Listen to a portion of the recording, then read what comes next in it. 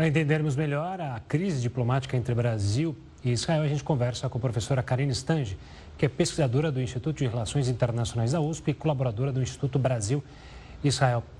Professora, uma boa noite, obrigado pela participação aqui conosco no Jornal da Record News. Eu queria começar com a última atualização dessa situação, que é justamente o governo brasileiro pedindo a volta do embaixador brasileiro lá em Israel. Esse é mais um capítulo de uma situação diplomática que tende a crescer, ou um desconforto diplomático que tende a crescer entre os dois países? Boa noite, obrigada pelo convite.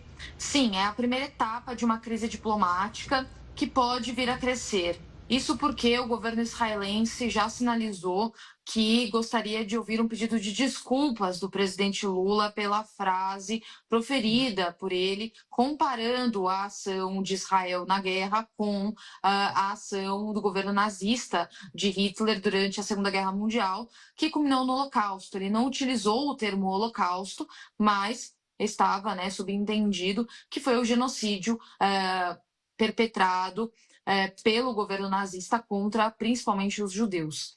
Então, nesse sentido, o governo brasileiro já sinalizou que não pretende se desculpar, muito menos o presidente Lula, e com isso piora, a crise diplomática. O Brasil agora chamou o embaixador brasileiro em Israel para retornar ao Brasil. Agora, o Brasil oficialmente não tem embaixador em Israel, o que piora a crise diplomática, e ela pode cada vez mais se agravar. Ela pode também regredir, não há no sentido que ela não precisa avançar sempre, ela pode regredir também e voltar às relações como eram antes, mas visto que não há nenhum tipo de previsão de que o presidente Lula vá se desculpar pela fala, nós podemos ainda esperar que a crise deva piorar. Professora, muito boa noite para você. Não é a primeira vez, que a gente vê Brasil e Israel entrando em algum tipo de confronto ali por ideias, por palavras. Há exatamente 10 anos a gente viu durante o governo Dilma que o Brasil também fez uma crítica falando que Israel estaria usando uma força desproporcional nos ataques a Gaza, e nessa época também houve ali um atrito. Israel chegou a chamar o Brasil de anão diplomático. Já é uma relação mesmo marcada ao longo dos anos por altos e baixos? Sim, principalmente nos governos do Partido dos Trabalhadores. Nós tivemos já uma crise diplomática, 2 momentos de tensão durante o governo da presidente Dilma.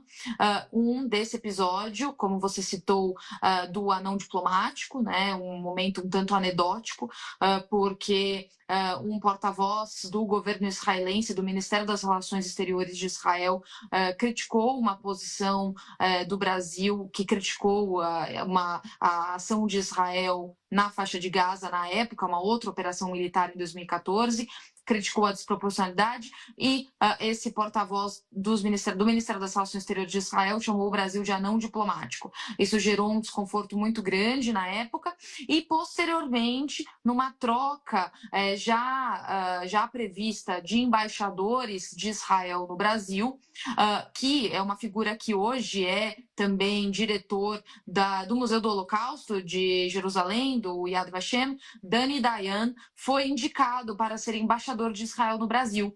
E na época, como prevê o rito diplomático, a presidente Dilma deveria assinar a autorização para que Dani Dayan assumisse o cargo, vindo para o Brasil como embaixador de Israel, e a presidente Dilma não assinou esse papel, e por mais de um ano o Brasil ficou sem embaixador israelense em Brasília.